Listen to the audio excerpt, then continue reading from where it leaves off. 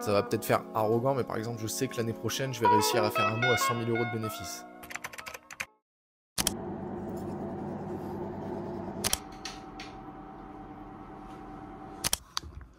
Bon ok, là on est le mardi 8 octobre, il est 7h50, donc j'ai commencé à travailler à peu près 50 minutes. Je sais plus si j'y avais répondu dans la dernière vidéo, mais il me semble que oui, un tout petit peu. En gros, on m'avait posé la question comment je fais pour être autant productif ou être plus productif. Comme j'en avais parlé dans la dernière vidéo, moi j'ai pas l'impression de travailler.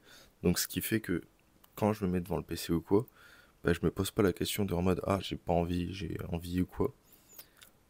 Juste bah j'y go, je lance Shopify, je commence à faire du SEO. Mais sinon si quand même j'essaye d'être plus productif, mais en fait par rapport au nombre de tâches écoulées. Par exemple, si je fais 4 produits en 1 heure, je vais essayer d'en faire 5 l'heure d'après, après 6, etc.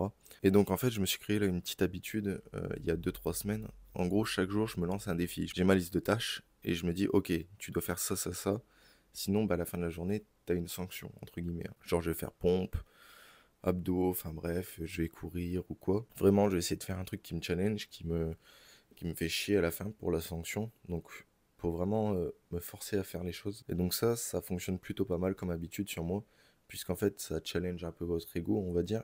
Mais c'est surtout si vous êtes quelqu'un qui jouait beaucoup, qui fait beaucoup de sport, qui aime bien la compétition tout simplement, et ben cette habitude-là, je pense que ça pourrait vous aider tout simplement. Moi, comme j'avais dit dans la dernière vidéo, j'étais un grand joueur avant. Je jouais énormément et bah, quand tu perds, tout simplement, tu rages. J'étais un gros rageux. Et bah, en fait, me mettre des défis comme ça à la fin de la journée, au pire, je vais péter un câble, entre guillemets, mais je me prends une sanction. Et au moins, ça me force le jour d'après à vraiment être plus productif. Sinon, j'ai une autre habitude et un petit tips pour vous, c'est comment rentrer dans l'état de flow. Donc l'état de flow, qu'est-ce que c'est pour ceux qui savent pas? C'est quand vous êtes vraiment concentré à 100%, qu'il n'y a rien qui vous dérange, vous êtes vraiment concentré dans votre tâche et que même si on vous parle ou quoi, vous n'allez pas faire attention. Donc en fait, moi j'ai conditionné mon cerveau à dès que je mets mes AirPods, bah en fait, il sait que c'est le moment de travailler. Ou alors, c'est quand je suis à la salle aussi, quand je mets mes AirPods, mais il sait que pareil, là, faut se concentrer sur, bah, pour la salle, les mouvements, etc. Et quand, bah, du coup, je suis devant mon PC, à faire du SEO, à faire mes mails, enfin bref, toutes les tâches que j'ai à faire. Et en fait, il faut que vous créez une habitude où votre cerveau se dit, ok, là, c'est le moment de travailler. Donc moi, dans mon cas, c'est mettre mes AirPods, pardon, et de la musique. Donc je vais pas mettre du gros rap ou quoi, je vais juste mettre bah, du lofi ou enfin un truc vraiment chill. Et en fait ça c'est à vous vraiment de trouver une habitude qui fait que votre cerveau se dit ok là on va travailler. Donc je sais pas, ça peut être noter un truc sur un post-it, allumer une bougie, je sais pas, mettre des AirPods comme moi, enfin bref. Faut que vous vous forciez en fait à faire un truc juste avant de travailler, je sais pas, pendant 2-3 semaines pour que votre cerveau prennent l'habitude, donc idéalement 21 jours, parce que normalement je crois que c'est ça, la durée qu'il faut pour prendre une habitude. Je dis peut-être de la merde, mais je crois que c'est ça. Et en fait, vous vous forcez du coup bah, pendant les 21 jours, et ensuite bah, ça va devenir un automatisme, et du coup votre cerveau va associer donc le fait de faire cette action, donc comme j'ai dit, je ne sais pas, mettre des AirPods, écrire sur un post-it ou quoi, ah ok, là c'est l'heure de travailler, c'est l'heure d'être focus pendant 3-4 heures, bref, et vraiment rentrer dans cet état de flow pour écouler le plus de tâches possible. En fait, il faut vraiment essayer d'avoir des sessions de deep work, en fait. Comme la plupart des entrepreneurs gourous le disent sur Internet, genre Yomi Denzel, Ayman Gadzi, etc. Mais au final, bah, c'est la vérité, parce qu'avant, je devais peut-être travailler 10 heures et j'avais peut-être qu'une seule session où vraiment j'étais bien concentré. Et maintenant, je suis vraiment concentré beaucoup plus et à 100%. Et ma productivité, elle est montée en flèche. Il y a 3 mois sur du SEO, genre mon record en une journée, ça devait être 30. Là, si toute la journée je passe à faire du SEO, j'en fais 60-70. Donc ça a vraiment doublé niveau productivité dans mon cas. Et de toute façon, c'est tout simplement logique. Si vous êtes concentré à 100%, c'est sûr que vous allez écouler le plus de tâches possible.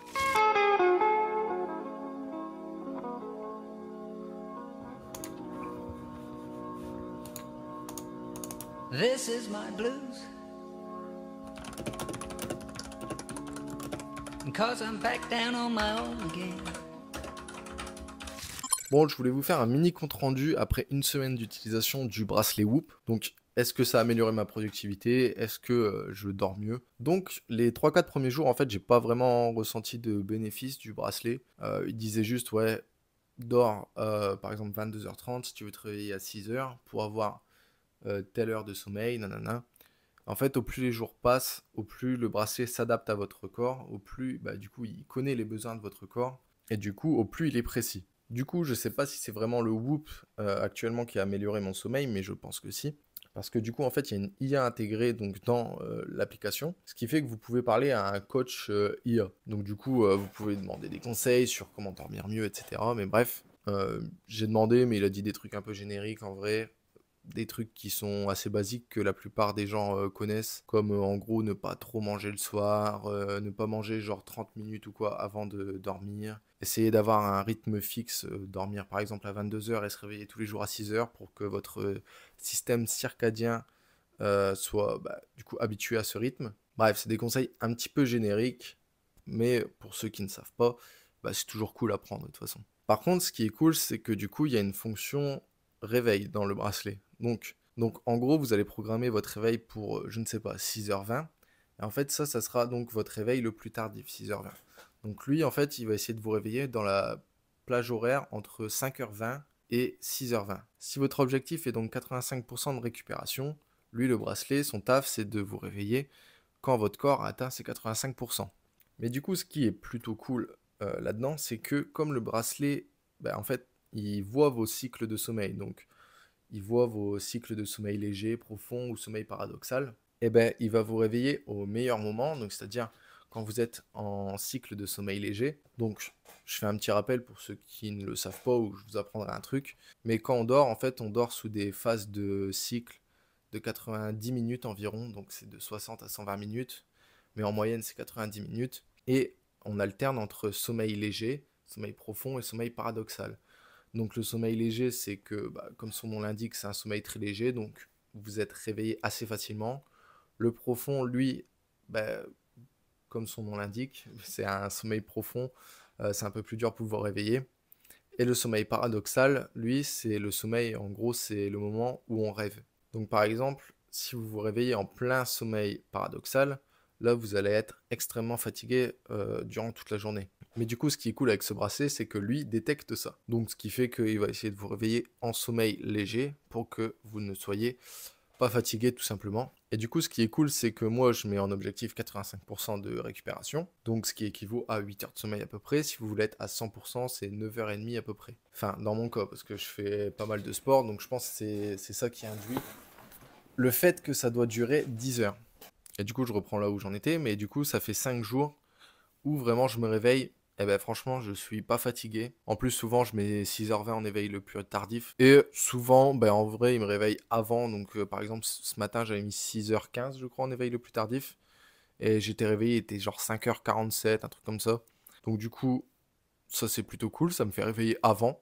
Et en plus, je suis moins fatigué. Bref, en tout cas, moi, je vais retourner faire du SEO. Là, il est déjà 15h30. J'avance plutôt pas mal sur la seconde boutique, ce qui est plutôt cool, qui fait que je pourrais peut-être attaquer une autre boutique, donc une quatrième boutique, durant le mois de novembre, voire décembre, ça dépendra, puisque du coup ma troisième boutique, pour le moment il n'y a toujours pas de stock, mais je peux très bien gérer deux boutiques en même temps. Bon du coup si c'est ça, si je gère deux boutiques en même temps, en fait, je suis un peu en mode multitâche, donc je vais moins vite du coup sur une boutique. Donc c'est pas forcément mieux, mais on verra. De toute façon, d'ici là, j'en suis pas encore là.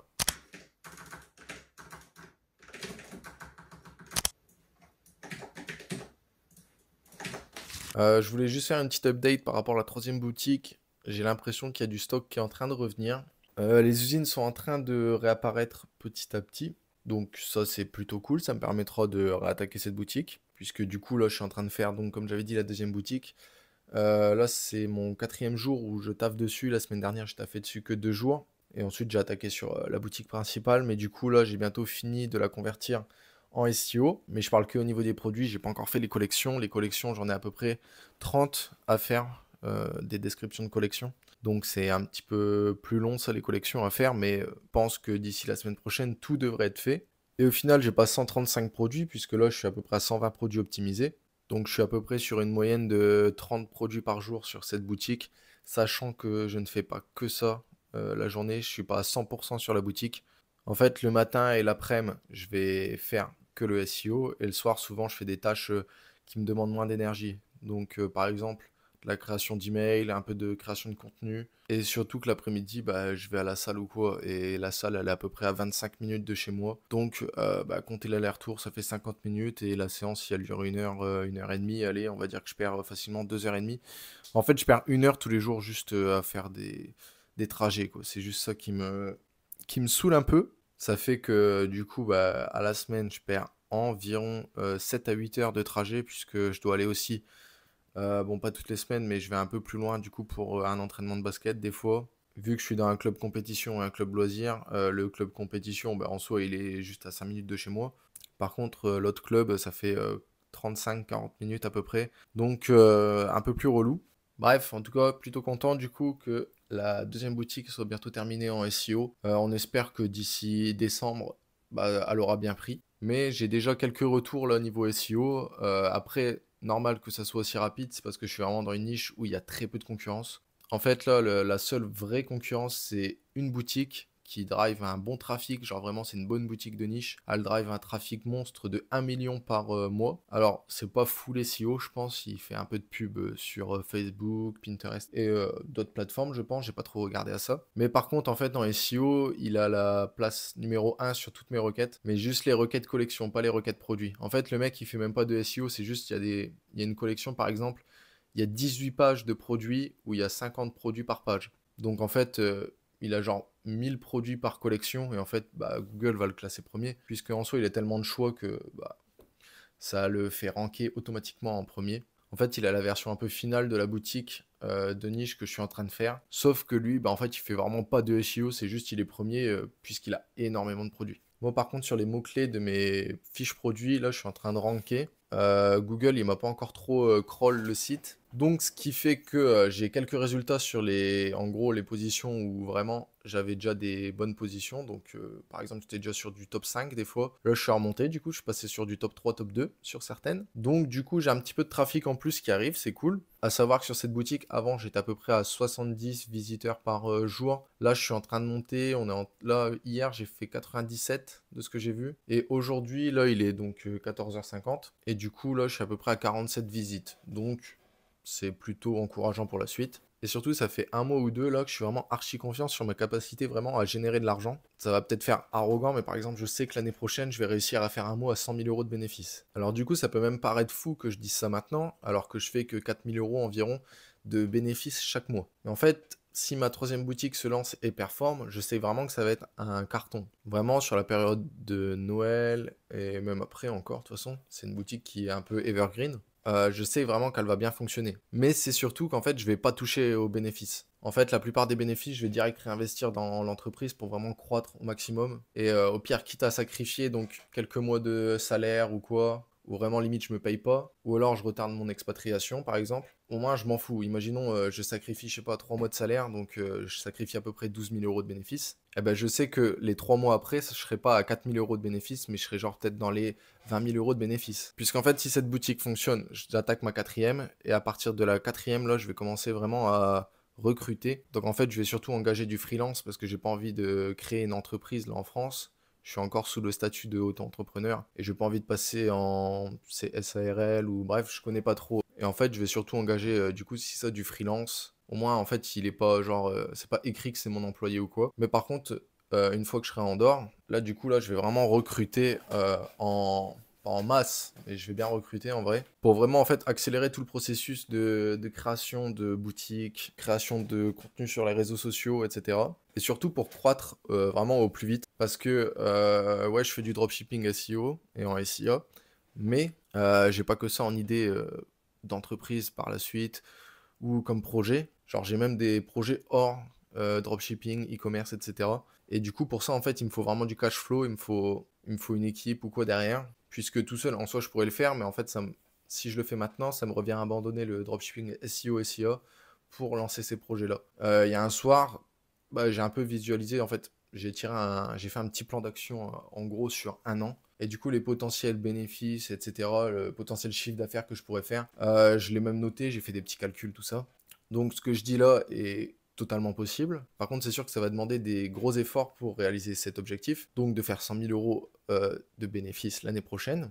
mais c'est pas du tout impossible. Et en fait, cette confiance que j'ai en moi actuellement, c'est surtout que ça vient du fait que avant la chaîne YouTube, je travaillais, mais je travaillais pas autant que maintenant. Donc en fait, j'ai une espèce de pression sociale, comme j'avais expliqué dans une de mes vidéos. Quand vous dites vos objectifs en public, souvent vous allez donc avoir cette pression sociale. Et du coup, ça va vraiment vous forcer à travailler plus, vraiment sortir un peu plus de votre zone de confort, parce qu'en fait, vous annoncez vos objectifs en public, et du coup, vous n'avez pas envie de passer pour le clown de la classe, juste avoir une grande gueule et dire ah je vais faire ça, je vais faire ci, mais au final, vous ne faites rien. Et c'est pour ça que également là, je suis en train de dire que je vais réaliser 100 000 euros de bénéfices l'année prochaine. C'est pour me mettre en plus une pression sociale. Du coup, je ferai également un compte rendu l'année prochaine pour voir si j'ai atteint cet objectif. Mais personnellement, je pense que oui. Si c'est ça, cet objectif sera réalisé aux alentours du Q4 de l'année prochaine, donc octobre ou novembre. Je vois cet objectif être réalisé à ce moment-là, puisque du coup l'année prochaine, là mon objectif, si c'est ça, si tout se passe bien, ça serait de faire une vingtaine de boutiques en plus. Donc aller chercher des mois à 100 000 euros de bénéfices, c'est totalement possible avec une flotte de 20 à 25 boutiques. Après, sur les 20 à 25 boutiques, ils vont pas tous faire le même chiffre d'affaires, les mêmes bénéfices. Mais par exemple, quand je repère là tous les niches que j'ai, je sais que c'est quand même des niches à fort potentiel où on peut faire à peu près 10 000 euros de chiffre d'affaires par mois. Et en dropshipping SEO, SIA, on marche souvent vers 40%. Donc j'en ai 20, 25 à 10 000 euros par mois de chiffre d'affaires. Ça fait 200, 250 000 euros. Donc de chiffre d'affaires aussi. Et si je marge à 50%, ça fait 100 000 euros. Le calcul est tout bête, mais voilà. Donc là, en fait, moi, pour Step Up, c'est juste une répétition d'actions que je fais déjà, c'est-à-dire créer une boutique et tout, mais en fait, il faut juste accélérer le processus. Et du coup, pour accélérer ce processus, comme j'ai dit, il faut que je recrute. Et pour le moment, j'ai pas forcément les moyens, je sais pas trop un freelance, ça peut coûter combien. Mais je sais qu'à partir de la prochaine boutique, là, ça sera bon. Je pourrai donc recruter des freelances et tout. Et surtout, c'est que la troisième boutique que j'ai là, je veux la lancer en dropshipping SEO, SEA, mais également en marque par la suite, puisque de ce que j'ai repéré, en fait, il y a un trou dans le marché. Il n'y a pas vraiment de marque. C'est beaucoup de dropshippers qui font ce genre de produits dans cette niche, mais il n'y a pas de marque à proprement parler. Alors que aux États-Unis, il y a vraiment des marques. Bref, j'ai arrêté de trop parler de ça, de trop m'avancer sur le sujet. Là, je vais retourner bosser. Je vais essayer de finir la deuxième boutique cet après-midi. Je sais pas trop si ça va être possible, sachant que j'ai à peu près encore 70 produits à faire, mais on va essayer.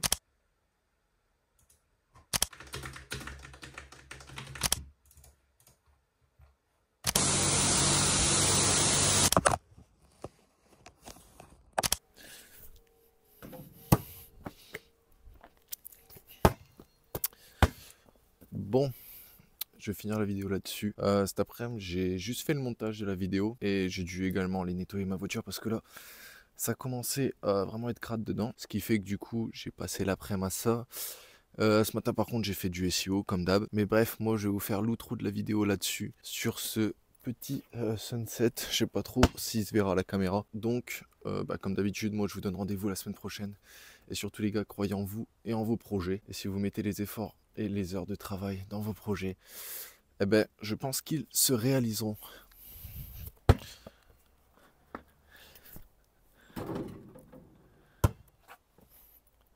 La chatasse. Bref, moi, je vous donne rendez-vous à la semaine prochaine.